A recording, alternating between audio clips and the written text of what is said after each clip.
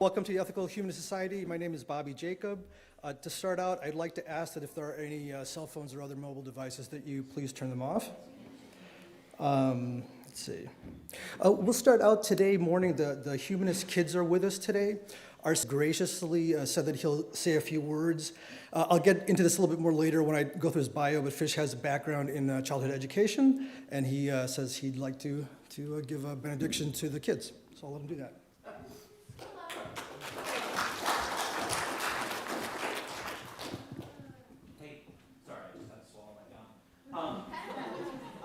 So, nice to meet you, humanist kids. I'm Fish.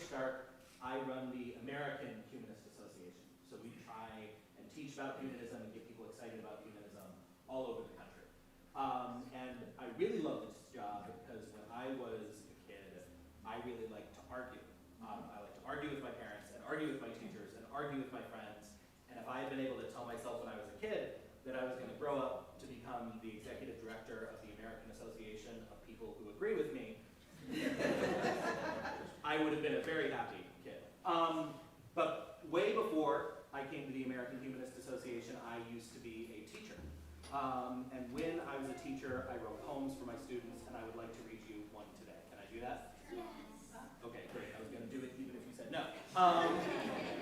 So, real quick, I've got this photo on my phone. Can anyone tell me what this animal is? I don't know. Yeah. It looks like a wolf, but it's not a wolf. Like, No. it looks like a wolf with like. Not a wolf, so wolf-like features. Okay. Coyote. What's that? Coyote, not quite. Fox. A fox. Ooh, good guess. No. Anyone else? We can go to the adults. Oh. A dog? Not quite. What's that? Ocelot? No, it's a mongoose. Anyone ever seen a mongoose in real life? Oh, she knew it. She just didn't call it out. Okay. So, this poem, I promise it'll be 3 minutes, is called The Mongoose Under Kevin's Bed. Oh, I don't know. When Kevin brought a mongoose home, his father said, "Now son, you can't just keep a mongoose here. That isn't how it's done. A wild animal like that needs special food and care. The zoo is the perfect place for him, so take him over there." But fathers can be dumb sometimes, so Kevin shook his head and snuck the mongoose up the stairs and underneath his bed. His father failed to realize, as fathers often do, the mongoose was in fact a her and couldn't stand the zoo. She had escaped that very day. She'd made a daring dash, and once she'd made it past the fence, she snuck into the trash. She rode down to the city dump, then tunneled to the sun, and marveled at the open world, then set off at a run. She came upon a pack of kids beside the city park, riding bikes and doing tricks as dusk turned into dark. They thought she was a squirrel or a possum or a rat. "No, that's a mongoose," Kevin cried, and she loved him for that. She climbed up on his handlebars, and then he cycled home and told her of the big backyard where she could freely roam, and of the little sister who she'd be allowed to scare by hiding in her dollhouse or by chewing on her hair. He told her she could come and go exactly as she pleased, but that he would love her always, and by that she was appeased. For living in a zoo had been a lonely 7 years, despite the many onlookers and pleasant volunteers. But what the mongoose wanted was a friend to call her own, and now, with Kevin's family, she'd never be alone. And as for Kevin's father, they were sure he'd come around, but until then, she'd stay beneath his bed without a sound. So Kevin kept the mongoose in his room for 7 weeks, and fed her chips and sandwich crusts and carrot sticks and leeks, and let her roam the backyard when his father went to work, and let her frighten Kevin's sister, who could kind of be a jerk. Then one day, Kevin's father said, "Now son, I thought it through, and I think you should have a pet. It might be good for you. You'll learn responsibility and have a lifelong friend. Now run down to the pet store. Here's some money you can spend." So Kevin snuck the mongoose in his knapsack and went out, and once they were outside, he kissed the mongoose on its snout. For now, it was a certainty they'd never be apart, and Kevin came up with a speech that sounded very smart. "Dad, you won't believe this, but the pet store was a blast, and I picked out this mongoose there. It was the very last. They say she's better in a home. She doesn't like the zoo, and won't need any special food. Just sandwich crusts will do." His father said and squinted. "This is rather odd, but if you'll take good care of him, I can't see how it's flawed." "The mongoose is a her, you know," said Kevin with a grin, "and I just know she'll love it here. I'm glad we took her in." So, one of my favorite parts about my job is everyone belongs here. Everyone who's here at the Humanist Center belongs here, right? Because we all believe in something called humanism, and it connects us to each other. My favorite part of my job is I get to talk to people across the country and help them feel that humanism is a place where they can belong. And so I'm curious if one or two of you have some things to say. What's a place where, like we do at the Humanist Center, like the Mongoose in Kevin's house, you feel like you belong? If maybe you don't always feel like you belong everywhere. What's a place that makes you feel that way? Yeah. My sleepaway camp. Your sleepaway camp. That for me too. For me too. Writers Theater Workshop. Writers Theater's Workshop. Amazing. Are any of you responsible for that newsletter I saw in the hallway? All right, I figured. That is excellent. I took some to bring back and give to the editor of our magazine. I hope you don't mind. It's alright. Amazing. Yeah, one more. What about you? The same sleepaway camp. That sounds like a very good sleepaway camp. Okay. Thank you, Humanist Kids. This has been Humanist Kids.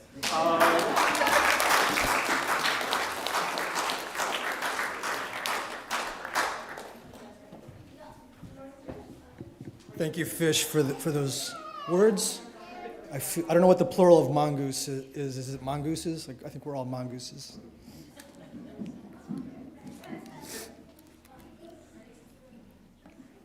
All right. Welcome to the Ethical Humanist Society. My name is Bobby Jacob, and I will be moderating today's program, Humanists Move America, How and Why Humanists Are Heroes in the American Story by Fish Stark. I'll start out today's program probably with a single quote. I had more, but I'm going to shorten this a little bit. With a quote that helps define what humanism means to us as members of the Ethical Humanist Society. My country is the world, and my religion is to do good. Man is my fellow creature, the world is my country, and to do good, my religion. And that's from Thomas Paine, The Rights of Man. Today's speaker, Fish Stark, is an organizer, educator, social entrepreneur, and lifelong humanist. Fish has spent his career turning big ideas into bold action in service of belonging, flourishing, and social justice for all people.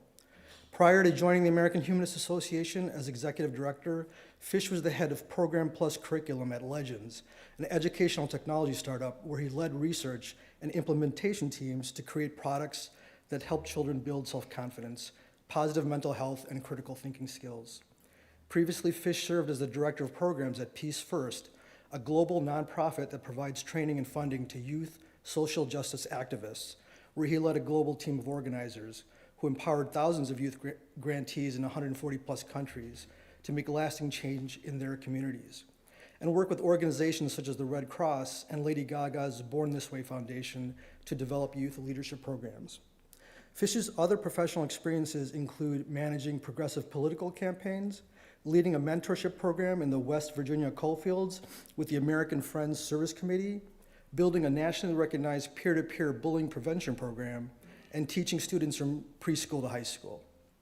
A self-proclaimed developmental psychology nerd who is passionate about giving everyone the tools to live lives of meaning, service, and self-determination, Fish holds a master's in education with a concentration in child development and psychology from Harvard University, and a bachelor's from Yale University with a certificate in education studies. While at Yale, Fish served as a student board member of the Yale Humanist community and received a Dean's Prize for his work to build a stronger relationship between Yale and New Haven. Fish lives in Annapolis, Maryland, where he is president of the Speaker Mike Bush District 30 Democratic Club, is a member of the Unitarian Universalist Church of Annapolis, and serves on several nonprofit boards. He moonlights as an award-winning stand-up comedian and has performed in 13 states. Please welcome Fish Stark.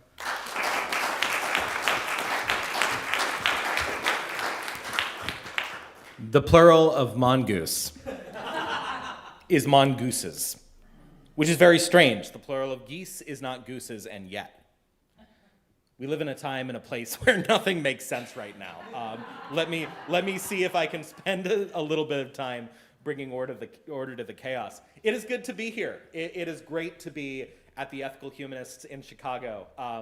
I made a joke to the kids earlier that I was the executive director of the American Association of People Who Agree with Me, and of course that's not true. You know the old joke, 2 Jews, 3 opinions? So for humanists, it goes 2 humanists, 4.5 opinions. and an epistemological debate about the nature of belief. My fiance is Jewish. She's a secular Jew, which means I am entering into an interfaithless marriage. And I wish that, I wish we had an amazing humanist Sunday community like this out in Annapolis, Maryland, where we live. We go to the local Unitarian church, which we enjoy, although my fiance sometimes refers to it as the island of misfit goys. People often ask me, what is humanism? And if I only have 10 seconds, I'll say, you're a humanist if you believe in the golden rule, but not in God. If I have a little more time, I'll talk about how we believe in people, that human dignity, human goodness, human potential that unites all of us, that our capacity to evolve from fish and build civilizations is in itself an awesome miracle, and maybe all the miraculousness that we need. That we believe people are worth cherishing and fighting for, not because of an immortal soul or an intelligently designed body, but consciousness, our ability to imagine better futures for ourselves and our fellow humans from the infinite canvas of a free mind. And when I share that definition with people, I hear the response, well, I guess I'm a humanist. It's my deep belief that there are 45 million humanists in America who don't know it yet. The number of people who are broadly secular and broadly progressive is far greater than those who are involved in our community today. And many of those people, more than ever, are looking for something to belong to and believe in as we slouch towards an increasingly atomized society where people know fewer of their neighbors and have fewer friends and feel less connected to institutions that they feel have failed them, where more than half of young people struggle with anxiety and depression and cite the leading cause as a lack of purpose and meaning. There's a vacuum that needs to be filled.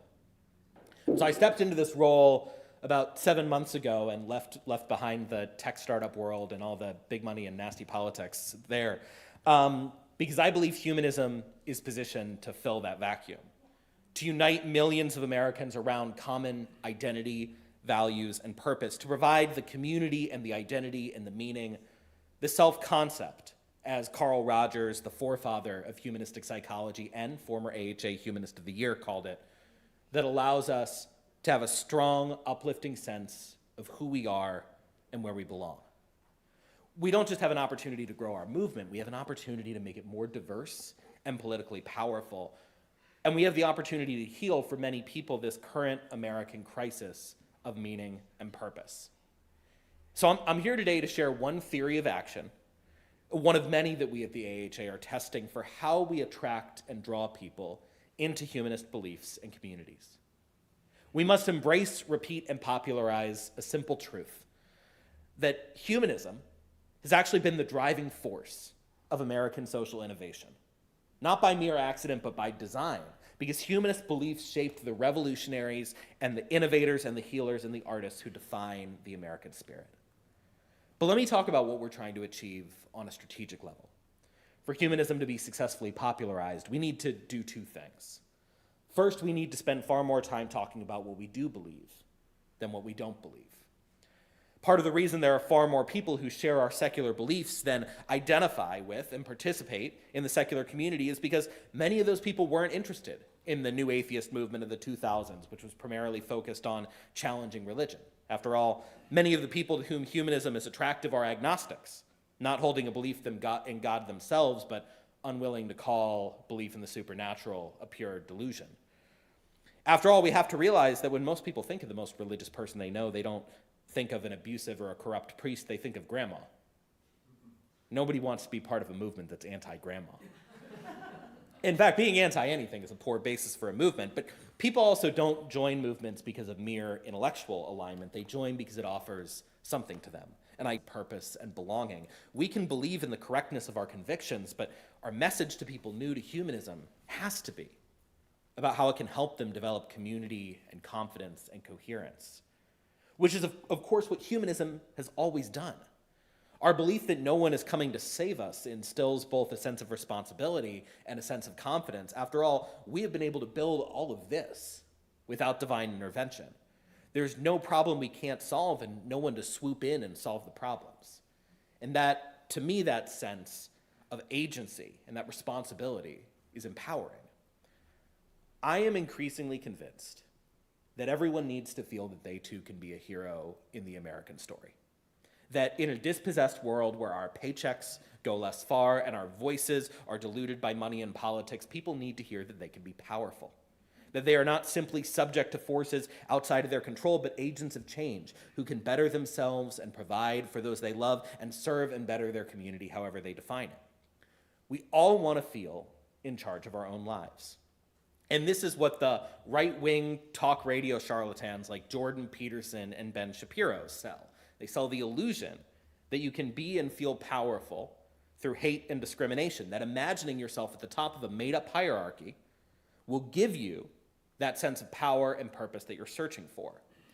But like any cheap high, it doesn't last. That perhaps is why their followers pursue it so fervently, even though it offers nothing but emptiness. The truth is, we know what makes people feel confident. It's not hatred or hierarchy. I spent my time in graduate school studying the development of what the humanistic psychologists called self-efficacy, our sense that we are capable of overcoming the obstacles that come our way. And the leading scholar on self-efficacy, the Stanford psychology professor Albert Bandura, would tell us that one of the ways people develop self-efficacy is through vicarious experience. Watching other people live confidently and overcome challenges through stories and observation and proximity increases our own belief in what we can do with our one brief and glorious life. And psychologists at the University of Exeter built on this when they developed the motivational theory of role modeling, the idea that identifying with role models can drive positive identity and behavior and self-belief by giving us hope that the tremendous things are possible and lighting the path for us, identifying the behaviors and the mindsets that help us rise to our highest selves. In other words, if people need to see themselves as heroes in the American story, they need to understand how they are like, or can become like, heroes. And here, too, humanism has something to offer. We believe in human agency and human potential. We have American humanist heroes who offer models of such potential, and we can encourage humanists not simply to be inspired by these heroes, but to act in line with their example, deepening their identity as humanists through identity-confirming behavior and repairing the world as they do. One other thing I believe is that people are looking for a reason to be optimistic about America, to believe that as flawed as it is, America can be a source of positive change and creativity, that there are American ideals and an American spirit that we can claim proudly as our shared heritage. And I think we can make the argument that humanism represents the best of the American spirit, that it's the intellectual tradition of the revolutionaries who have moved America forward, rebels who questioned the doctrines of the status quo, innovators who saw past the present and into the possible, and humanitarians who made America more equal, more welcoming, more humane because of their belief in the limitless worth and dignity of all people. Fred Edwards, a former executive director of the AHA, once said that humanism is a philosophy of imagination. Now, that may sound like a strange position for a belief system that believes rationalism is the source of empirical truth. But it doesn't mean that we accept unprovable things as true. It means that at its best, humanism inspires us to imagine better lives for ourselves and better futures for our fellow humans and work towards them. It challenges us to refuse to limit ourselves and push the boundaries of the possible. And it was in this spirit that humanists have created some of America's greatest inventions. That began with Thomas Paine and Thomas Jefferson, who called a new nation to cast off a king and created what Jamie Raskin calls the original American innovation, constitutional religious freedom, what Paine called the liberty of conscience, the idea that this new nation would be one of free people only if we were first one of free minds.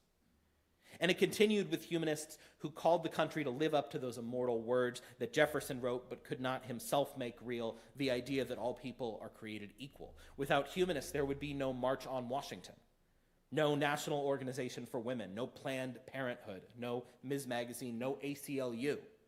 From Frederick Douglass, who reminded us that in the struggle for justice, the only reward is the opportunity to be in the struggle, to Emma Goldman, who reminded us that people only have as much liberty as they have the intelligence to want and the courage to take, to Betty Friedan and Gloria Steinem and March on Washington Chair A. Philip Randolph, we have been the most consistent champions for a liberated America. We're the tradition of the humanistic psychologists, from Carl Rogers and John Dewey to Abraham Maslow and Benjamin Spock, the people who helped us better understand the human mind, who built therapeutic models that treated people not as problems to be solved or managed, but as bastions of unique potential, who needed to understand our strengths and purpose and find our communities to live well, who improved our system of mental health care and saved and elevated countless lives. Humanist curiosity and creativity has given us everything from the personal computer to the polio vaccine. Steve Wozniak, Jonas Salk, Albert Einstein, all of these humanists have shown us that when people believe the search for knowledge is liberating, not dangerous or sinful, societies can reach for the highest heights of health and productivity. And humanists like Bill Nye and Carl Sagan have taught that ethic of curiosity and inquiry to future generations. Humanists transformed the boundaries of American art, from Kurt Vonnegut to Mark Twain to Keith Haring to stars of today like Kristen Bell and Quinta Brunson, pushing aside tradition and reaching into the depths of the imagination to create masterworks that could bring a tear to the eye of the most ardent rationalist. And humanists make damn good public policy, because when you start thinking about public problems from a place of reason and fact and compassion and critical inquiry, you tend to end up with the right solutions. From the Dodd-Frank bill that protected us from corporate exploitation, we can thank humanist Barney Frank. For EMTALA, which protects our right to access emergency medical care regardless of ability to pay, and COBRA, which lets you keep your health care between jobs, we can thank humanist Congressman Pete Stark. For defending our natural resources and our very democracy, we can thank Congressman Jared Huffman and Congressman Jamie Raskin today on the important committees that they're chairing to hold this new administration accountable. Humanists have a golden opportunity right now, in an age of loneliness and dispossession, to reach out to people and say this: you are not alone. There are so many people who think the way you do. And we together are part of an incredible legacy. We are the intellectual tradition of America's greatest rebels. When you choose humanism, you choose to be a barrier breaker, to be on the side of the abolitionists, the feminists, the revolutionaries who toppled an autocrat. You choose to be part of the pioneers who so believed in challenging the status quo in service of all people that they gave us public schools and Apple computers and reproductive justice. We are the people who think differently. We're the people who build things. We will be there for anyone who believes in the golden rule but not in God. For anyone who believes in compassion, not confession. For anyone who believes in love thy neighbor, but not trust and obey. For anyone who believes that the best and greatest reward is living well and helping others on this earth and in this life, because it's the only thing that's promised us. Because as this unholy alliance of the billionaires and the bishops wrecks our country, as they hawk their dumbass trucks on the White House lawn and slash and burn, they'll be looking for something outside of the institutions that have failed them. And that's humanism. It's been here since the founding. It's written into our national DNA. It terrifies the Know-Nothing Alliance in Washington, D.C. right now. They're worried they can't stop us, and they're right. So, to all those of you who are members of the American Humanist Association, thank you for supporting our work to fight for secular values in Congress and the courts, but also our work to build community and identity and meaning for millions of humanists across America. And thanks especially for bringing our conference to Chicago this year. We will be downtown at the last weekend of June for humanist community building and inspiration from around the country. And we hope to see many of you there to hear the next ideas about how humanists will move America forward. For the rest of you, I hope you'll take the opportunity to come be in the struggle with us. The work of the next few years of both defending our common values and reaching out to people who share them and are looking for a place to belong is going to take all of us, and it's going to be uncomfortable. But the only belief system that never asks us to tolerate discomfort is relativism. And the right side of history is always found on the other side of a tall mountain. We've all got a choice to make about how we respond to this terrible moment. Do we close people out, or do we invite them in? Do we protect our own interests, or do we make sure that we protect the people who the harm is going to fall hardest on? As for me and my house, we will serve humanity. Thank you.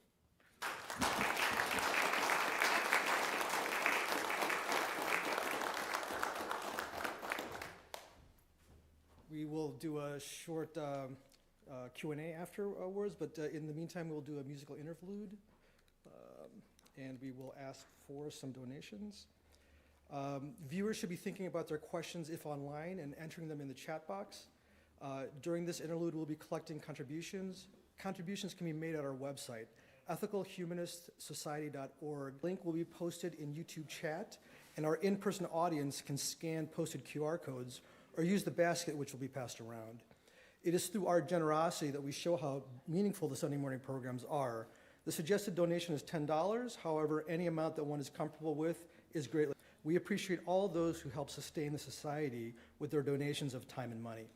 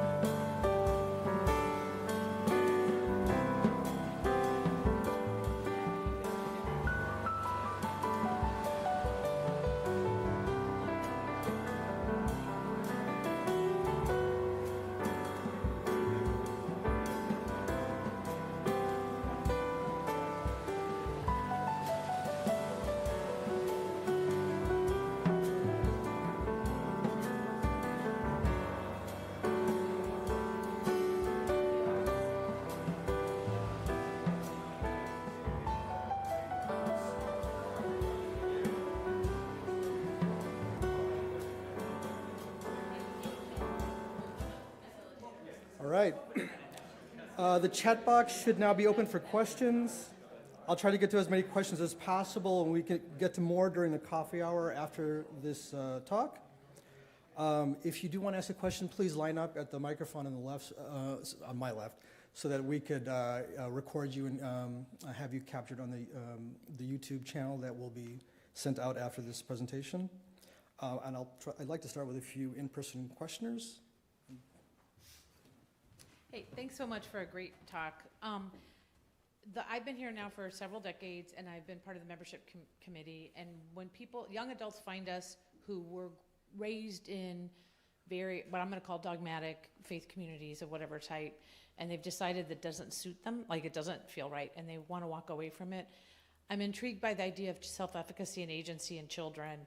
And when you have a 25 or a 30-year-old who's decided that the guy talking every Sunday morning and the book he's holding aren't the answer, but they've been taught that the answer lives outside of them and not inside of them, if you have any insight into how to help them imagine that the right answer is inside of them, or what the resources are. Because I was raised to believe the right answer was inside of me, and no guy with a book knew better.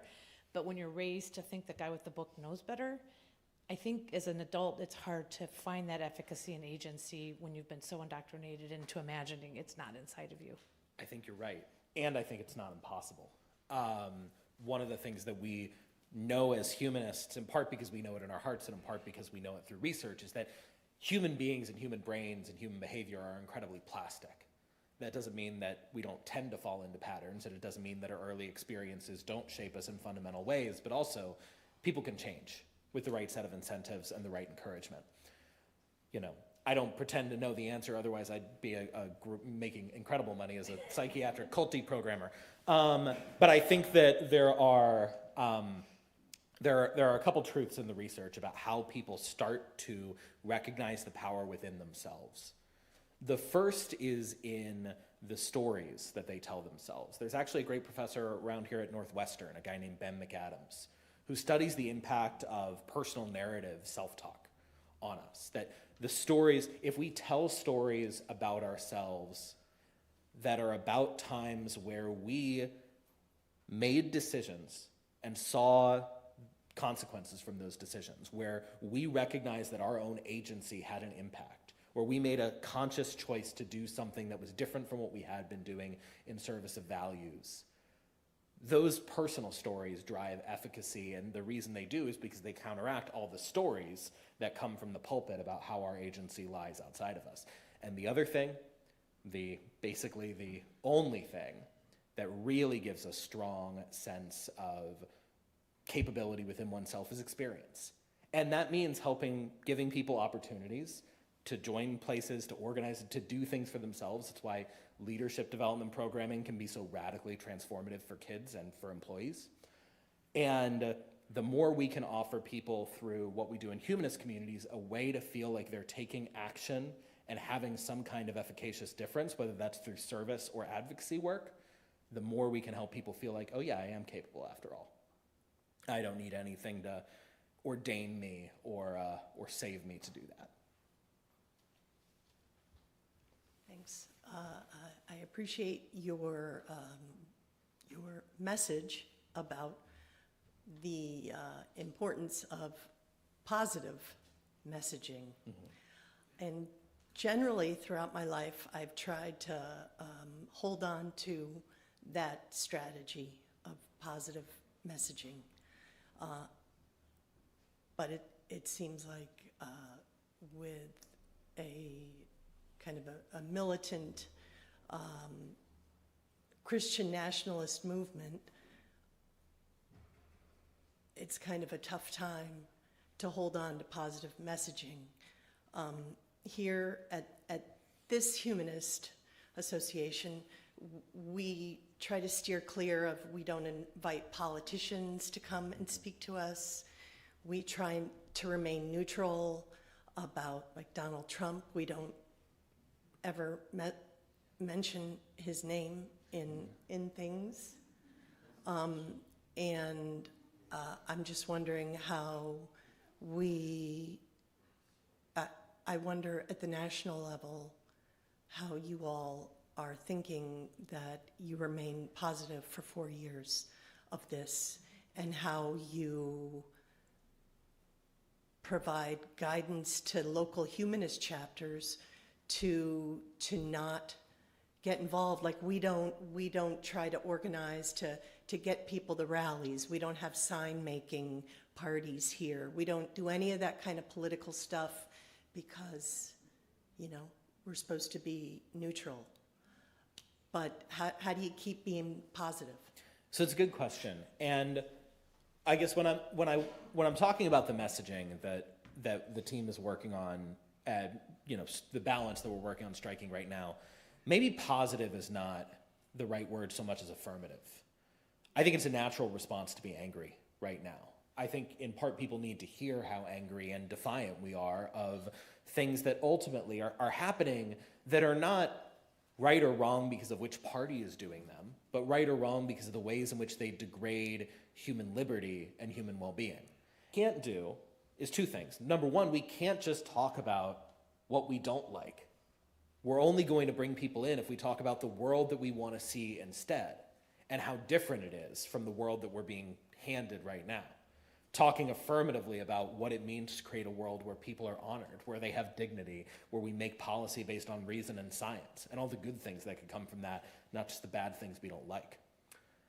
I think that ultimately people also want to understand what is possible.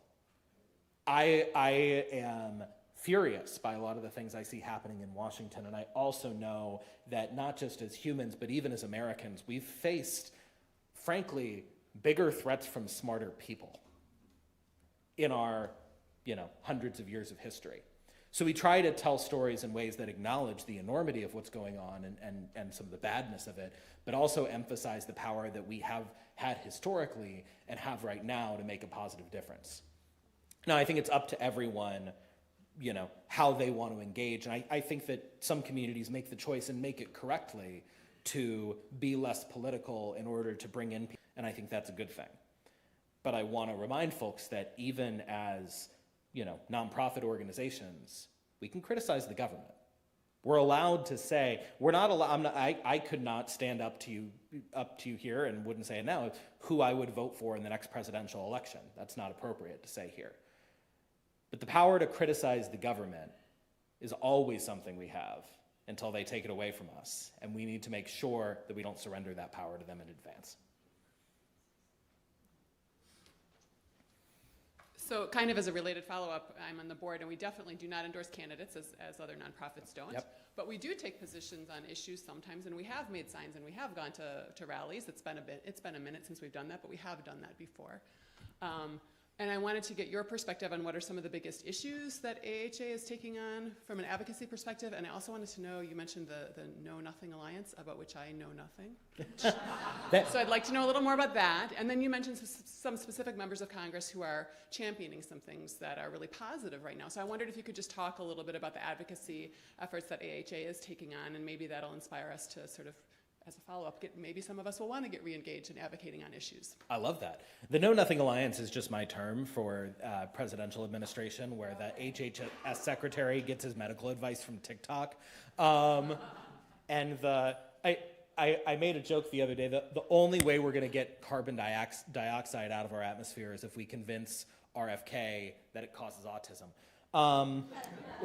So at the American Humanist Association, we have an incredible C4 organization, the Center for Free Thought Equality. Howard Katz over there is the president of the board of that organization. And we have a great crew of lobbyists and attorneys who work in DC and who work with members of Congress and states around the country to protect our constitutional rights. In states and federally, the number one thing we're looking at and focusing on is public schools and school vouchers. Secular public schools are a humanist invention. We created them. They're the brainchild of John Dewey, who is also one of the founders of the AHA, and we need to rise up to defend them right now. It's not just, it goes beyond, kids getting brainwashed prayer in school. The goal, the explicit goal of the radical right is to transfer hundreds of billions of dollars in education funding away from our public schools and into their privately run religious schools that help pay the salaries of their, church benefactors. And so, ultimately, we've seen a lot of ability to win on these issues because at the end of the day, parents want an education system that works for their kids, and vouchers don't work.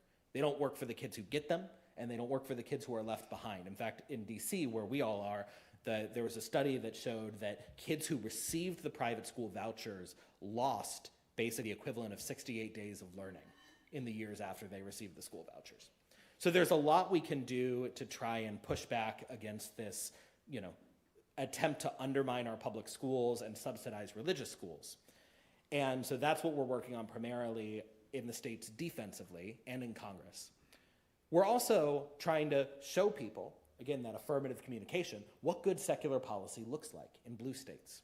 So right now in 5 states, we're introducing bills to regulate healthcare sharing ministries, which is essentially, fake health insurance being sold by religious institutions. You buy it thinking that it's an excellent plan. It doesn't cover what it says it'll cover. So we're working to improve transparency, not just because we don't want religious institutions to have special privileges, but also because we believe, as humanists, that people should make informed choices about the products they buy, and especially about big things like their health. So those are some issues that we've been working on with the dozens and dozens of secular state elected officials around the country that the CFE has helped identify. And in Congress, about 10 years ago, my predecessor, Roy Speckhart, and Ron Millar, who still runs our Center for Free Thought Equality PAC, brought some members of Congress together to create the Congressional Free Thought Caucus. the first congressional caucus focused on church-state separation and religious liberty. Started out with 4 members, it's now grown to over 24. And these are members, some of whom are non-believers, but some of whom are Christian, Jewish, Muslim. It is an interfaith group of congressional leaders who are saying, we believe as a priority issue, we must protect the separation of church and state, and the AHA helps them out with talking points and fact sheets and, alerting them whenever theocratic bills are coming from Congress so they can organize and respond to it. It's really significant, some of the change that we've seen in the last few years. I think many folks know my dad, Pete Stark, was the first open atheist to serve in Congress. And when he came out back in 2007, he was next in line to chair a congressional committee, and they said, no, we don't want you in there, it's too risky. They passed him over.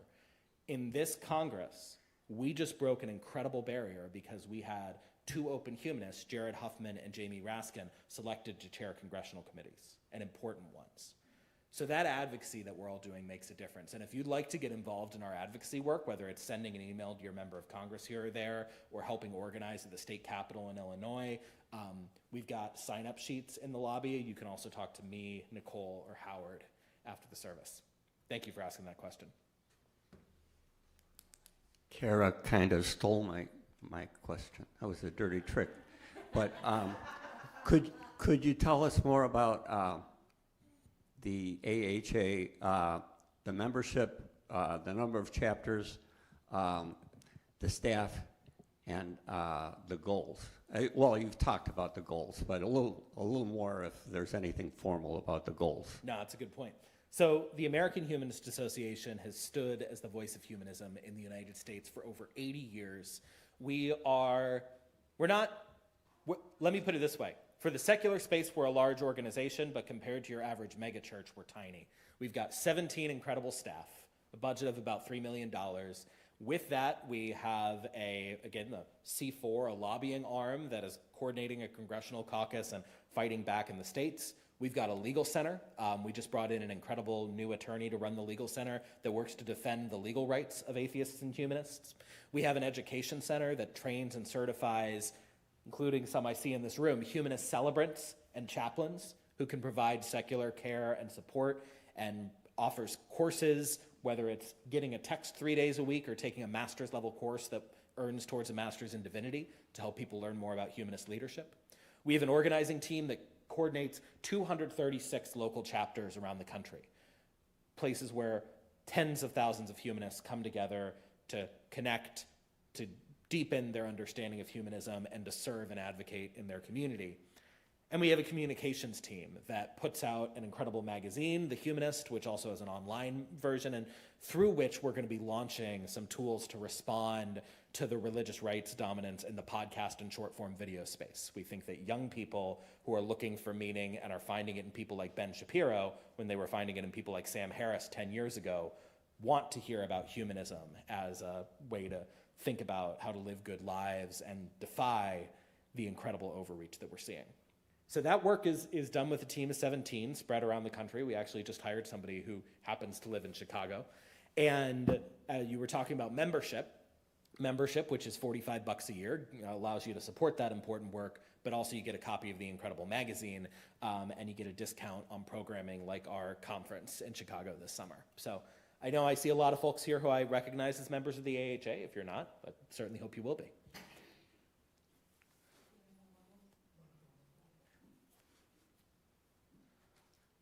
All right, this is a question from online.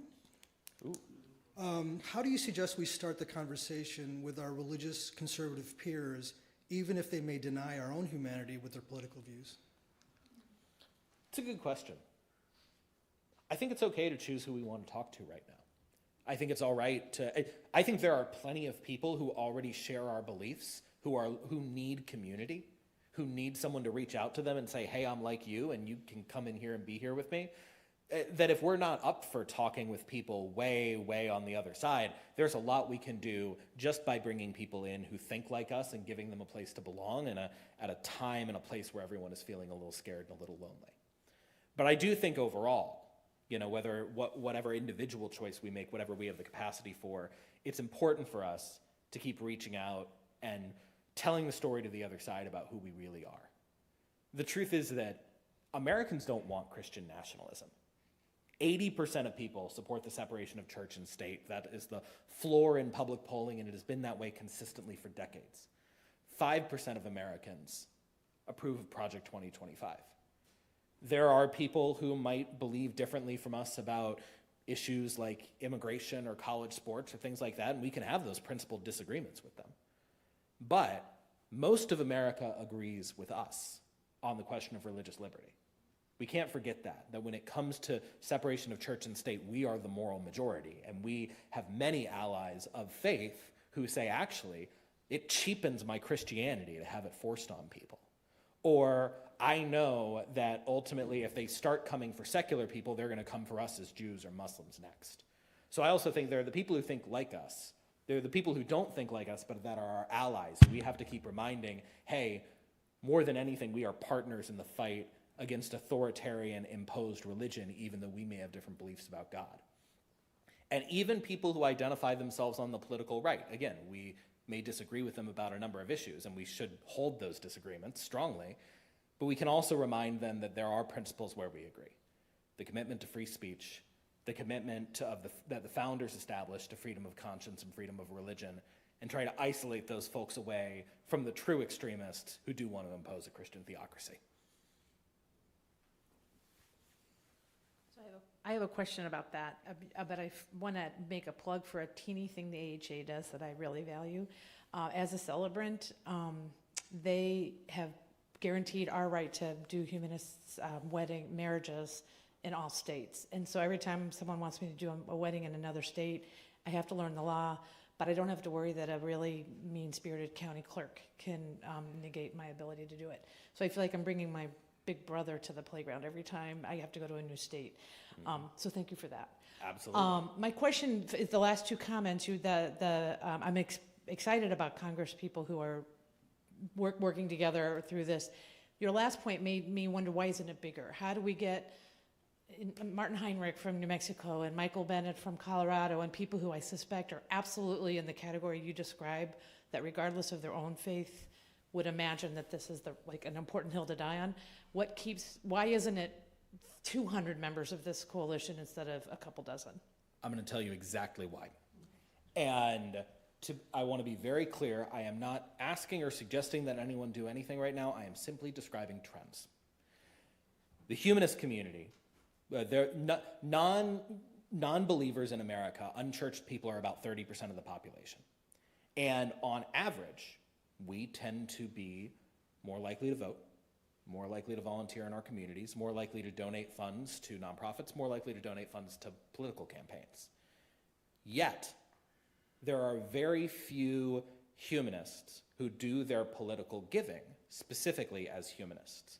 We only have to look to our friends in the Jewish or the AAPI or other communities to see how identity-based giving actually opens doors in tremendous ways. And my fiance used to work for J Street, which is a liberal Jewish PAC that does, in my opinion, very great work.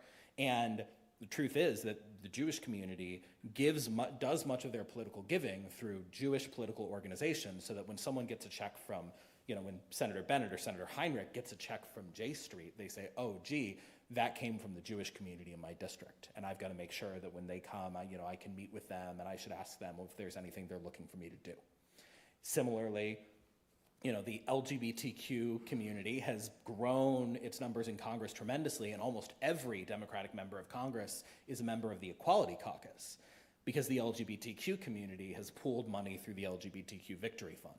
And so when somebody gets a big check from the LGBTQ Victory Fund, they say, okay, that came from the queer community in my district. I need to make sure that I pay attention to them, that I sit down with them, that I ask them if there are caucuses that I want to serve on. So, ultimately, if humanists want to be represented in places like Congress, and I think we should, we've got to get organized like every other community gets organized. And we have to, make sure that people see that humanism is part of our political identity, and that when we're engaging in politics, we do it as humanists. Because, just as an example, if someone writes a check to Kamala Harris, that check is from them. Someone writes a check to a humanist PAC, and the humanist PAC gives it to Kamala Harris, then Kamala Harris still gets the money. She knows it came from the humanist community, and representatives of the humanist PAC get to go to fundraisers and talk with people about these important concerns. So that's the answer, that's the pathway, and that's a big part of what we're looking to lay the path for at the AHA. Okay, I'm going to make a last call for any in-person questions or online. In the meantime, I have a question of my own that I'd like to ask. And I think it's kind of an unfair question, but it's been weighing on my mind quite a bit, and that is that we often think of conservatives, and when I say conservatives, I mean my extended family, my cousins and my uncles, who who voted differently than I did. We think of them as being very self-righteous, but is some of that conservative reaction a reaction to our own self-righteousness? And is there a place where we need to kind of scale back ideas of wokeness or DEI? What are your thoughts on that? It's a good question. I think that ultimately, I lived in West Virginia for 3 years. Now, I have friends who voted for Donald Trump. And I think one of the things that humanism calls us to do is, in general, to the extent we have capacity, think about people with curiosity, right? For me, it was an eye-opening moment where I asked a lot of people in West Virginia who were friends of mine who I knew voted for Trump, why did you do that? What did that vote mean to you? What were you hoping to achieve? Why did you feel like he was the better choice? And I learned that a lot of them told me they would have happily voted for Bernie Sanders over Donald Trump. That to them, they felt like they could not vote for anyone that they felt was representative of a system that had made their community and family poorer. And they were happy to vote for a person who represented something outside of the system, who was also pro-immigrant and pro-choice and pro-freedom of religion. But anything that felt like the system that had sold out manufacturing jobs in their community under NAFTA or presided over the decline of their coal town, they weren't going to show up for. Now, I disagree with that, and I told them exactly why I thought their vote wasn't very good for their coal town or anyone else, and did it in a way where we still wanted to be friends after. But I guess my point is, I think there are a lot of assumptions right now around what people do and don't support, and I think we break those down by being willing to really ask people, what is at the root of the concerns that you have? Why did 50% of the country vote for a Christian nationalist candidate if only 5% of them actually support the Christian nationalist principles in Project 2025? Ultimately, I think humanism asks us to look deeply into people's motivations rather than sorting them into easy categories. I think the more we look, the more we'll find that it wasn't necessarily that people were mad about the idea of wokeness per se, as much as they were frustrated about the fact that people can't afford the homes that their parents grew up in if they have the same jobs their parents did. Where in the country can you afford the home your parents raised you in if you have the same job that they had then? And people are, finding that they're working longer hours for lower wages, and and people are having trouble affording things like eggs and gas at the grocery store that we all take for granted. And if people felt like political leaders were focused on anything but that problem, I think they were mad about it. I think they would have been mad if they felt like political leaders were focused on ping pong. That doesn't mean people shouldn't play ping pong. And so, at the end of the day, you're going to hear us at the AHA talking a lot more about economic dignity, about the need for people to live lives of stability, about the right of all people to stable health care and shelter and being able to buy food at the grocery store. So that's the way we're thinking about it. But I think that these things don't lend themselves to easy solutions, and I think one of the best things about being humanist is that we try not to latch on to the first explanation, but collect all the data we can before we truly claim to understand something or somebody. Got a final one? Yes. Thanks for your talk. I had a question. I think COVID has been difficult for physical grouping organizations like ourselves. Yep. And in terms of keeping up membership and things like that, it was just very disruptive. And so I was wondering for the AHA whether there's places that you've seen that have had a lot of success in growing communities, and then also just what the membership is like in terms of national geographic dispersion whether that has changed at all over time. Absolutely. So we've got about 15,000 members and supporters across the country in the AHA. Again, those are dues-paying members, so there are plenty of other people who consider themselves humanist but aren't invested in that way. And we're seeing, I mean, I would not count yourselves out here. This is a pretty amazing, there are churches who would love to have this kind of turnout on a Sunday. Yes, we are finding that there are communities in different parts of the country that are really successful with growth. And one of the things that we've done at the AHA this year is we've increased by 150% our capacity to support local groups. We brought on new staff members who are going to help with providing more free training to local groups and group leaders so that they can grow in the way that we've seen growth in Orlando, Minneapolis, and LA over the past few years. That's, I think, Orlando, Minneapolis, LA, and then maybe Denver and Houston. There are groups that are growing really rapidly, and so we brought someone on whose job is specifically to figure out what's working for those groups and train folks in those best practices. And we are very excited to offer that training for free to folks here. That's all coming soon. All right, thank you. Thank you so much, Fish, for answering all those questions. Okay, I will end the day with a closing quote. Not everything that is faced can be changed, but nothing can be changed until it is faced. And that's from James Baldwin. Thanks, everyone, for coming, and thanks again, Fish, for speaking with us today.